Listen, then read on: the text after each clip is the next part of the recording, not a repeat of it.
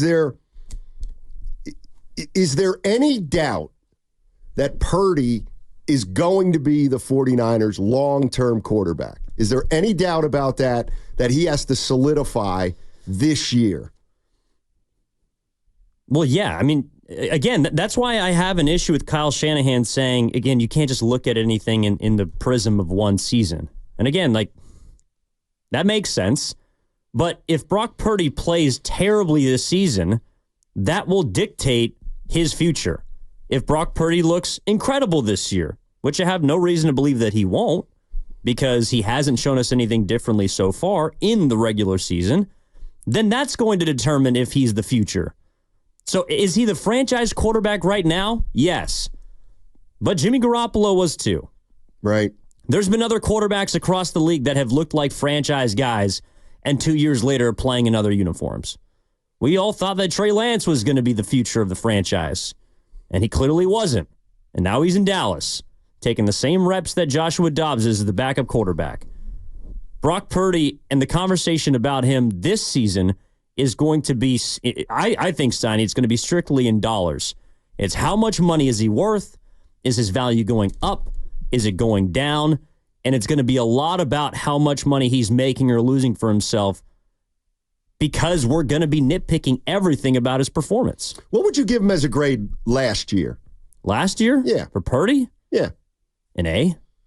Okay, what if he's a B this year? I think that's good enough to stick around. I mean, okay, so let's say Brock Purdy is a B. All right. You going to cut him? No. You going to make him the backup behind Dobbs? You going to bring back Sam Darnold? Are you going to pay him $50? Tua Tagovailoa makes $53 million a year. Okay. Or will make $53 million a year. All right. Trevor Lawrence makes north of $50 million. Jared Goff makes north of $50 million. You can see where I'm going with this. Yeah. I don't think any of those guys are bad quarterbacks, but are they A's? Are they long-term lifers for their franchise? Well, Goff has already proven he's not, because the Rams literally traded him.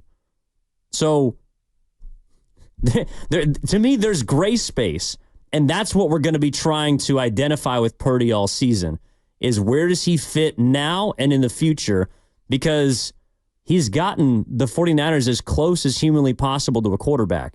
And for a lot of people, that's not good enough. But I think compared to his peers, yeah, Brock Purdy's going to be a very handsomely rich man in a couple of seasons.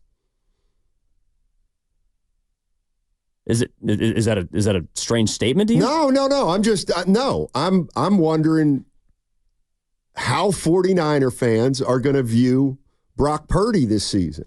And what I mean by that is, are we just how many fans out there believe, look, Brock Purdy's the quarterback of this team, and he's going to be the quarterback of this team moving forward. He's quarterbacked for a year and a half. When he's quarterbacked, he's been terrific. Are we simply looking at Brock Purdy as, look, this is year 3. Hopefully he's going to take another jump. Or are there fans out there, and is Kyle Shanahan someone who, what's he playing for? Is he playing for the contract, or is he playing for his long-term future as a San Francisco 49er? Or is that already, if you're a fan, pretty much been decided? You know what I mean? Is there anybody out there that believes, I mean, to me, there's two extremes. One is he has the kind of year where he does everything they've wanted him to do. Does he win the Super Bowl? Maybe, maybe not. But he does, as Jed York says may happen, he resets the market. Okay, that's the high end, right? He plays well enough that he resets the market. What's the low end for Brock Purdy? What's the baseline and what's the ceiling? To me, the ceiling obviously would be he guides the 49ers to a Super Bowl. He looks very much like the same quarterback as he did last year, and he builds on that, and the team offensively is really good, and they get to another Super Bowl, and maybe they win it this time, maybe they don't. Boom, he's going to get paid, and we're off and running for the next 4 or 5 years. Well, what's the other end of that spectrum? Assuming health for Brock Purdy, what's the biggest red flag, if you will, or what's the biggest concern with Brock Purdy heading into this year, or is he not a player to be concerned with? Like, we don't worry about Christian McCaffrey as long as he's healthy.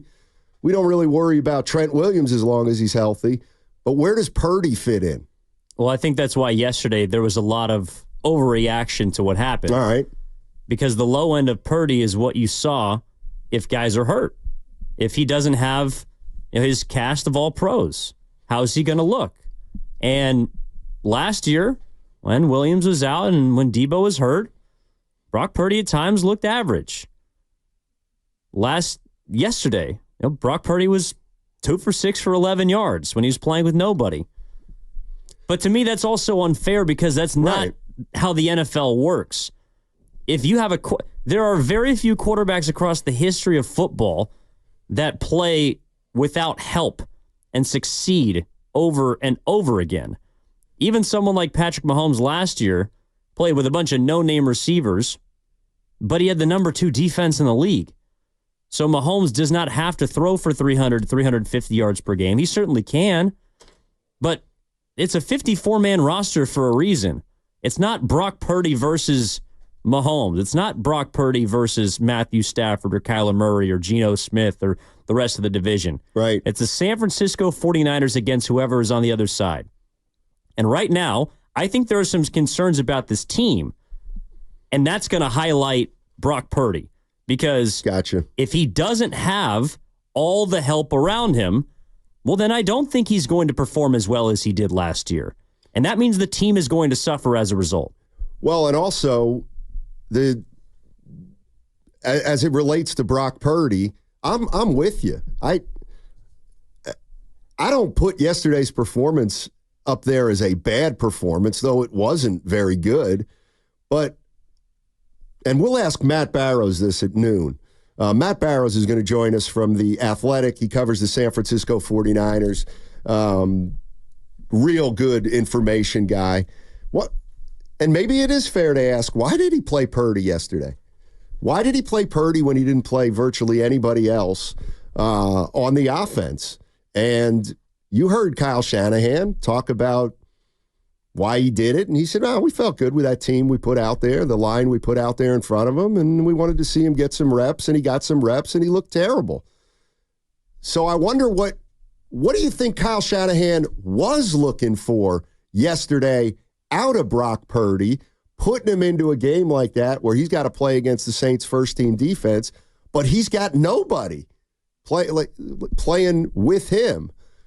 I just wonder why Shanahan went that route.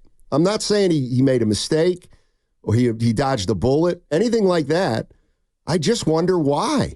Why did Purdy play yesterday when the other big boys didn't? Probably because Kyle Shanahan talked to him and Brock Purdy said, I wanted to play. I think it's as simple as that. All right. But Kyle Shanahan also told on himself a week or two ago when he gave the play calling sheet to another coach. Kyle Shanahan, I don't know about you. I mean, we could talk about Brock Purdy and, it's 2 for 6 until the sun goes down. Kyle Shanahan's telling me he doesn't care about the preseason. Like he doesn't. Yeah, it's true. He has not shown me anything that would suggest that he cares about these preseason games. In fact, he's told us before, joint practices are more valuable than preseason games. I think it's the reason why a lot of people are wondering, okay, what are we talking about in the preseason? I could tell you I thought Jacob Cowing looked really good. Malik Mustafa looks like he can be a player for the 49ers. The only kick that Jake Moody missed was a 51-yarder, though he shanked it about 15 yards right. There are some things that you can look at and say, all right, this is valuable for the individual. All right, these are opportunities for our young players, for the second or third stringers to get some valuable reps. Renardo Green looks like he could be a guy that can play on the outside for the Niners if Lenore goes inside in the nickel. There are certain individuals that I can look at and find positive things from. Right. But Kyle Shanahan don't care about these preseason games.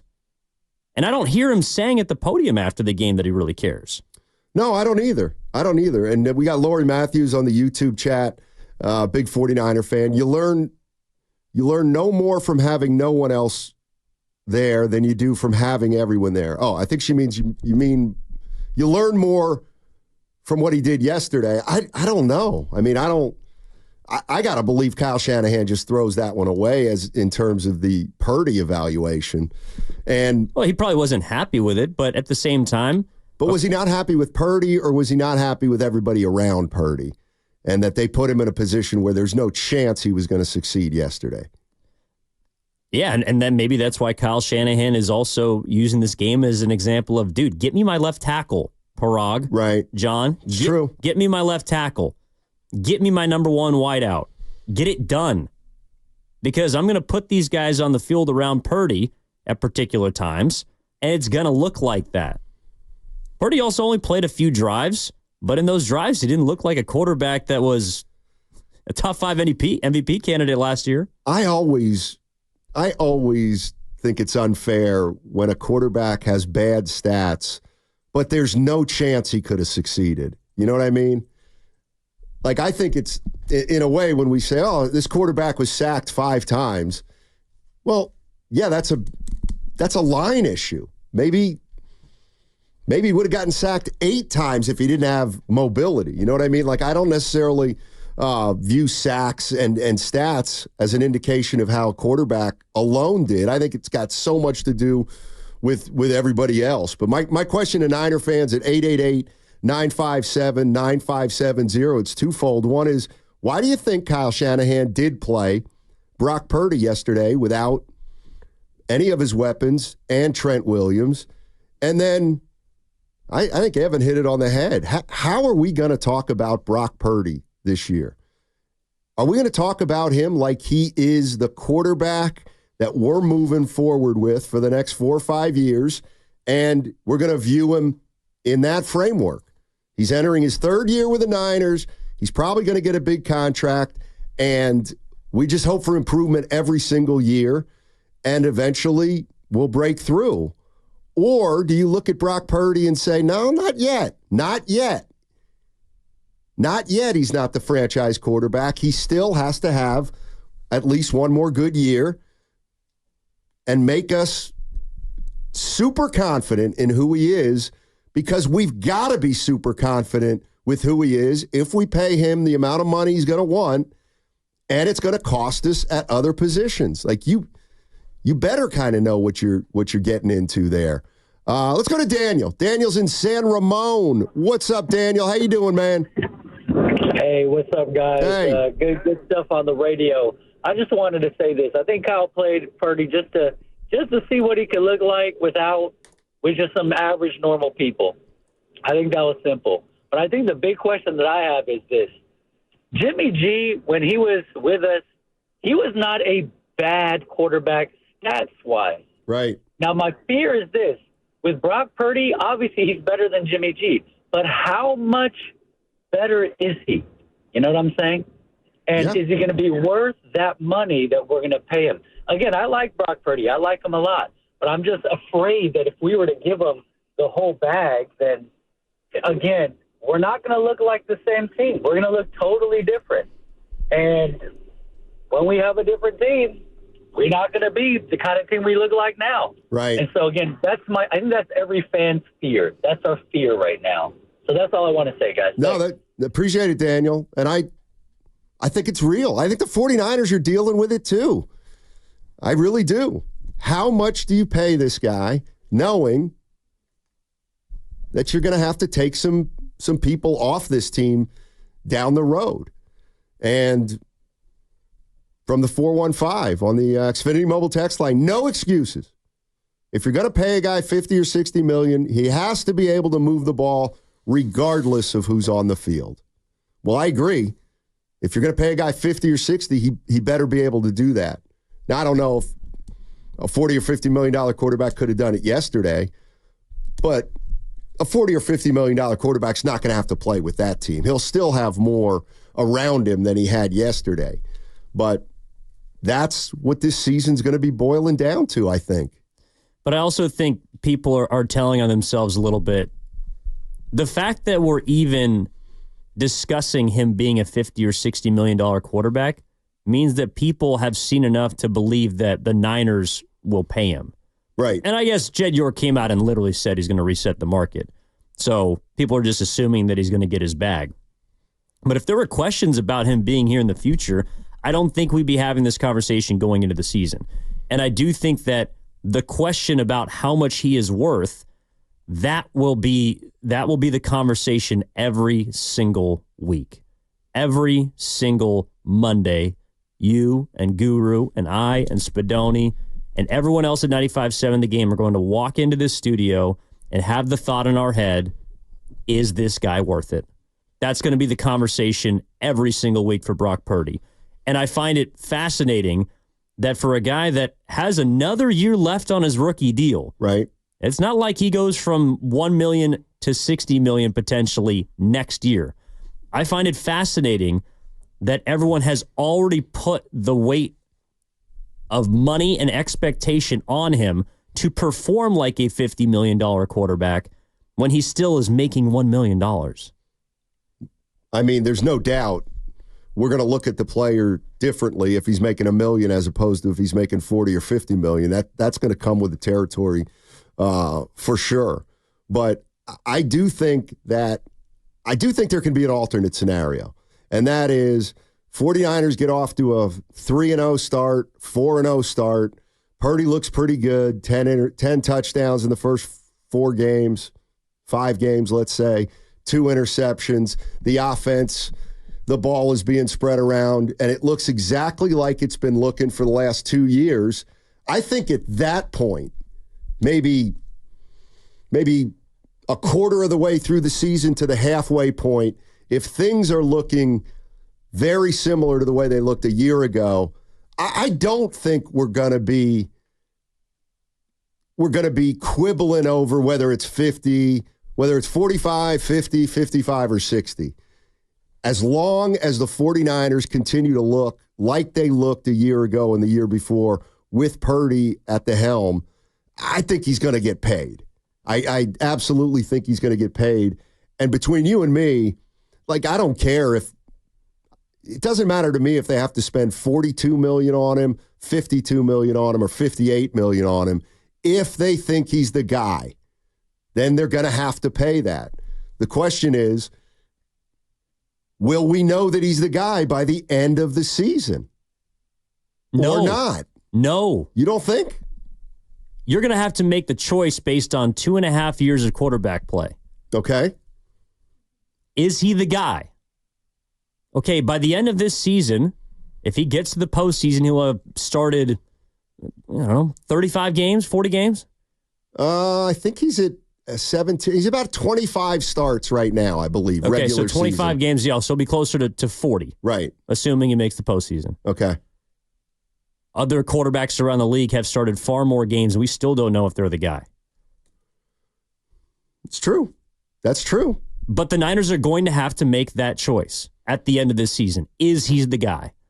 And on the other side, I don't know. There's something else it's not necessarily bothering me. But again, I think that using Brock Purdy to get into what people really want from their football team, how to construct a football team, that to me is just, it's so interesting because the Niners finally found a quarterback, right. I think.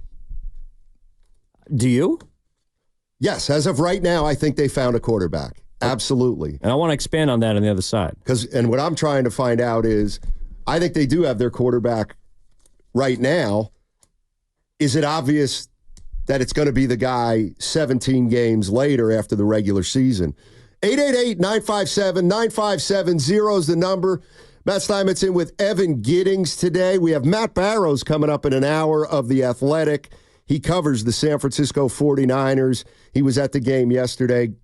I'm looking for some clarity from Matt on, why did Kyle Shanahan elect to play Brock Purdy? I'm not saying it's a big deal or he made a mistake. It's just I did think it was kind of interesting. when you put a quarterback in a position like that, you got to know that it's probably not going to be one of his finest games. And so I'm just trying to figure out maybe what Kyle Shanahan was thinking there. 888-957-9570. Niners win 16-10 yesterday. Purdy struggles. And Joshua Dobbs was explosive. Not saying Dobbs is going to start, but maybe he won the backup job for the Niners yesterday. That segment brought to you by Safeway. Head to